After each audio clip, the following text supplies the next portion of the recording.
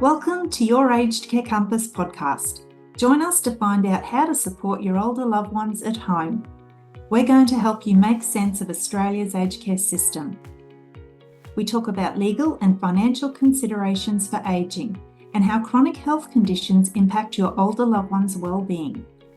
And we share real-life stories of where it went wrong for people and how we got them back on track.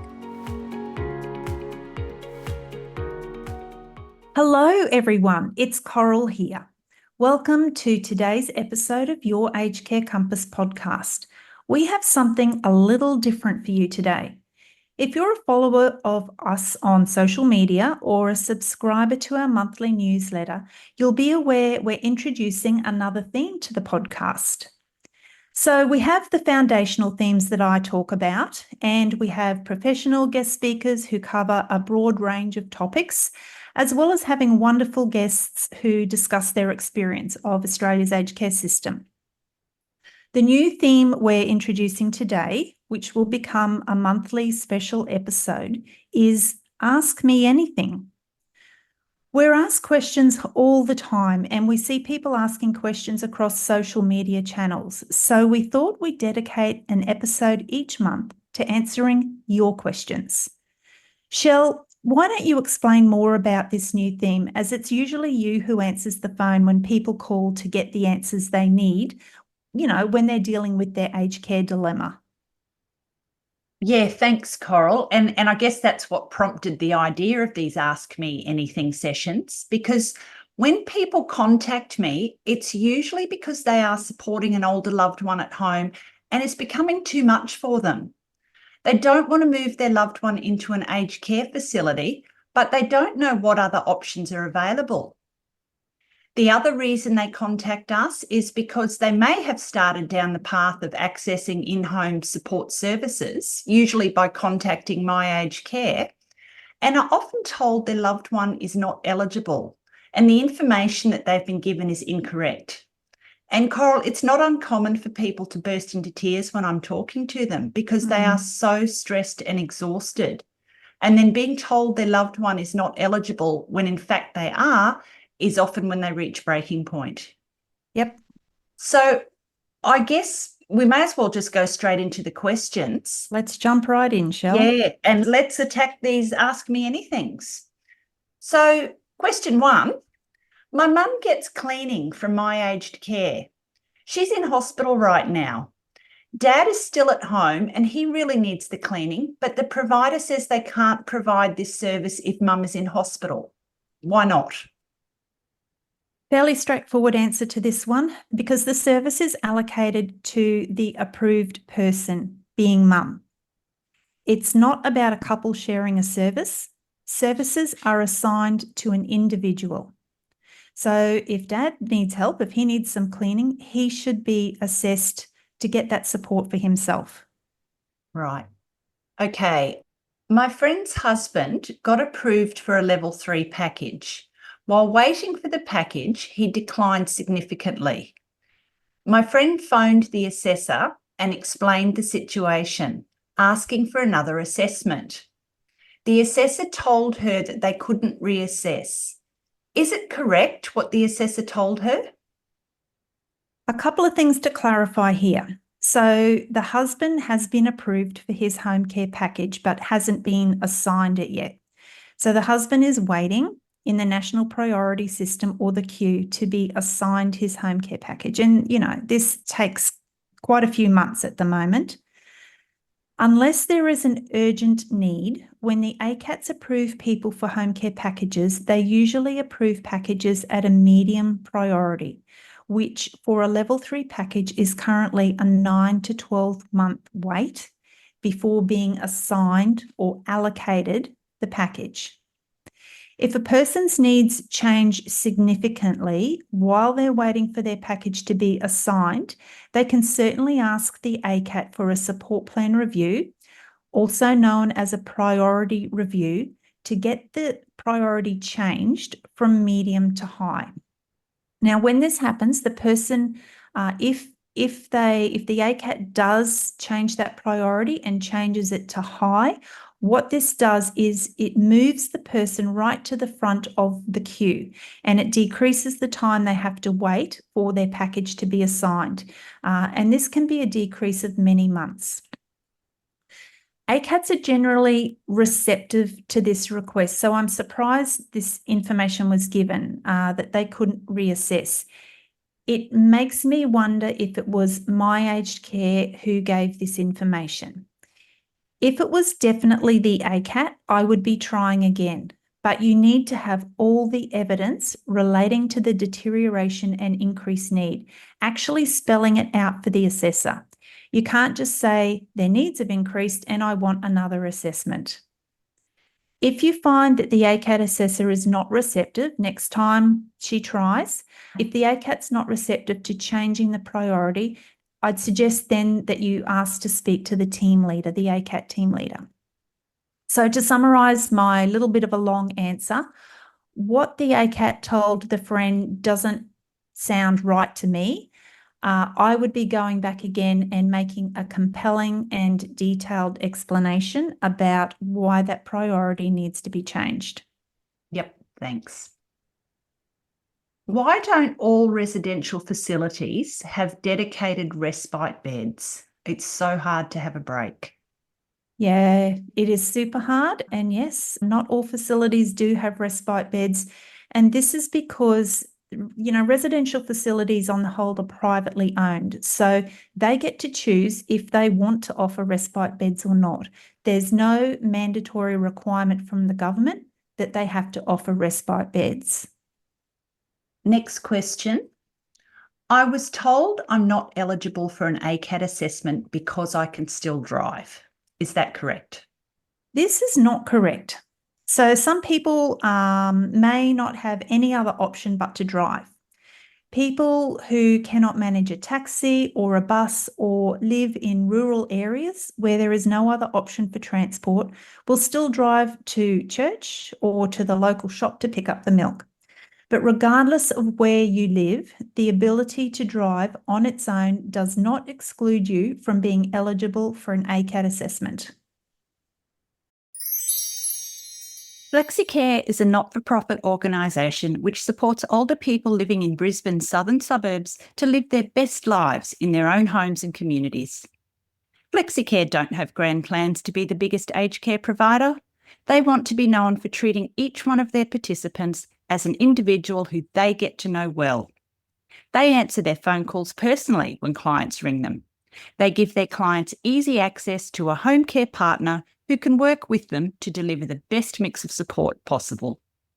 If you're in Brisbane South and want to know more, give their friendly team a call on 07 3422 8400 or check out their website flexi.org.au.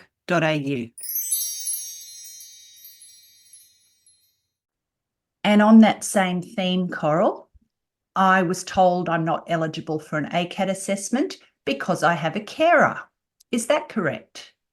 No, this is also incorrect. Having a carer is a clear indicator that you need help. Where we find this disadvantages people is when the older person tells an assessor that their family member or carer is doing everything for them.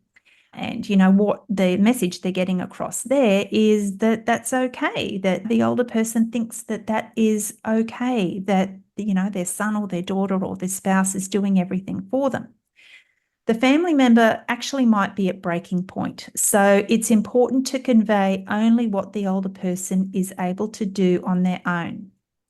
We always suggest the family member who is providing care is at an assessment, so the appraisal of the situation is balanced and doesn't negate the amount of support that the very tired and stressed carer is providing.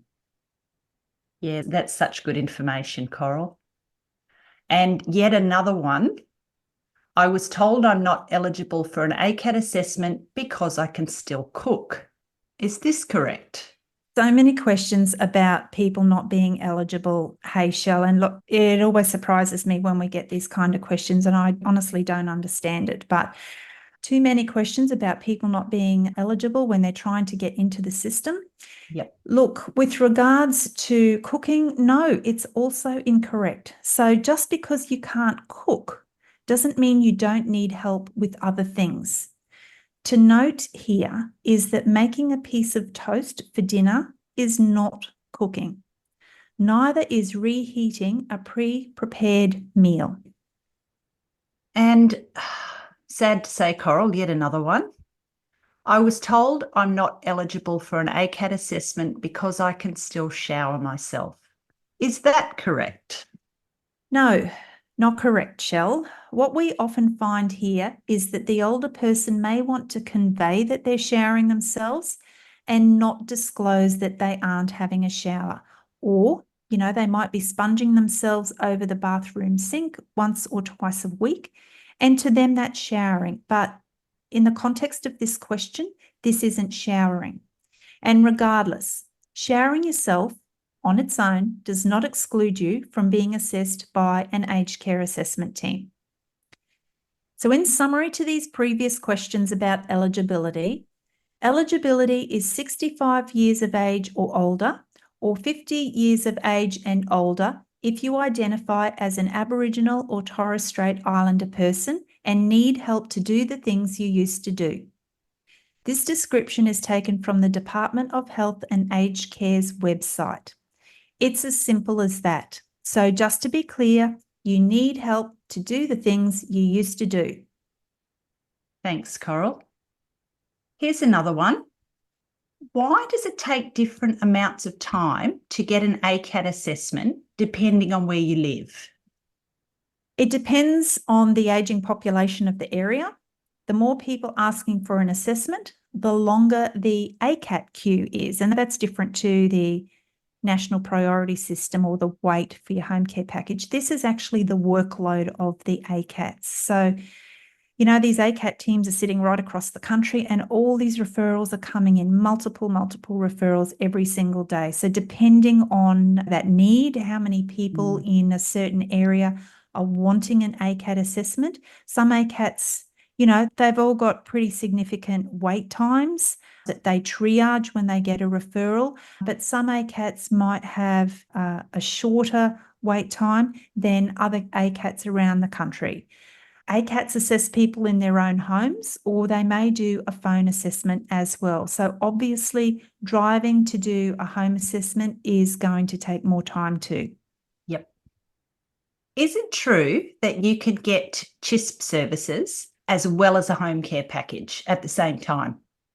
Yes, it is true, but I just want to clarify exactly how that works. So if you're on the Commonwealth Home Support Program, which is CHSP, and it's the entry level funding, services and support, and then you're assigned a home care package, you relinquish the CHSP funded services, and then you use the home care package to pay for those services that you previously received from CHSP. So if you had meals, subsidised meals or transport under CHSP, Commonwealth Home Support Program funding, you don't lose the service per se, you just lose the way it's funded, which is the CHSP funding. So when you then accept your home care package, if you still need meals and transport, then your home care package would need to pay for it. Right. So I just wanted to be clear about that step in the process. Yep. But when you have a home care package, and, we're talking about potentially level 1, 2s and 3s, yes. Lower levels, level 4 being the highest. If you've maximised your funding and you need more support, you can access CHSP, those entry-level services, for short term on top of the home care package that you're receiving until you are assigned or allocated that higher level package. Right. So it's essentially to prop someone up for a short period of time. Yep. And look, the term, prop them up, it's kind of referred to as top-up services. It is for a short duration. You can't have a home care package and keep those and also have CHSP funded services ongoing forever. It's basically just to tide you over until you get that higher level package assigned. Right. Can my mum still use her home care package when she moves into residential care? No. The moment you move into residential care permanently, and we're not talking respite here, if your older loved one or you, if you are the older person, moves into residential care permanently, you relinquish the home care package. And I guess it's the home care package is for support while you still live at home. At home, yep. Yep.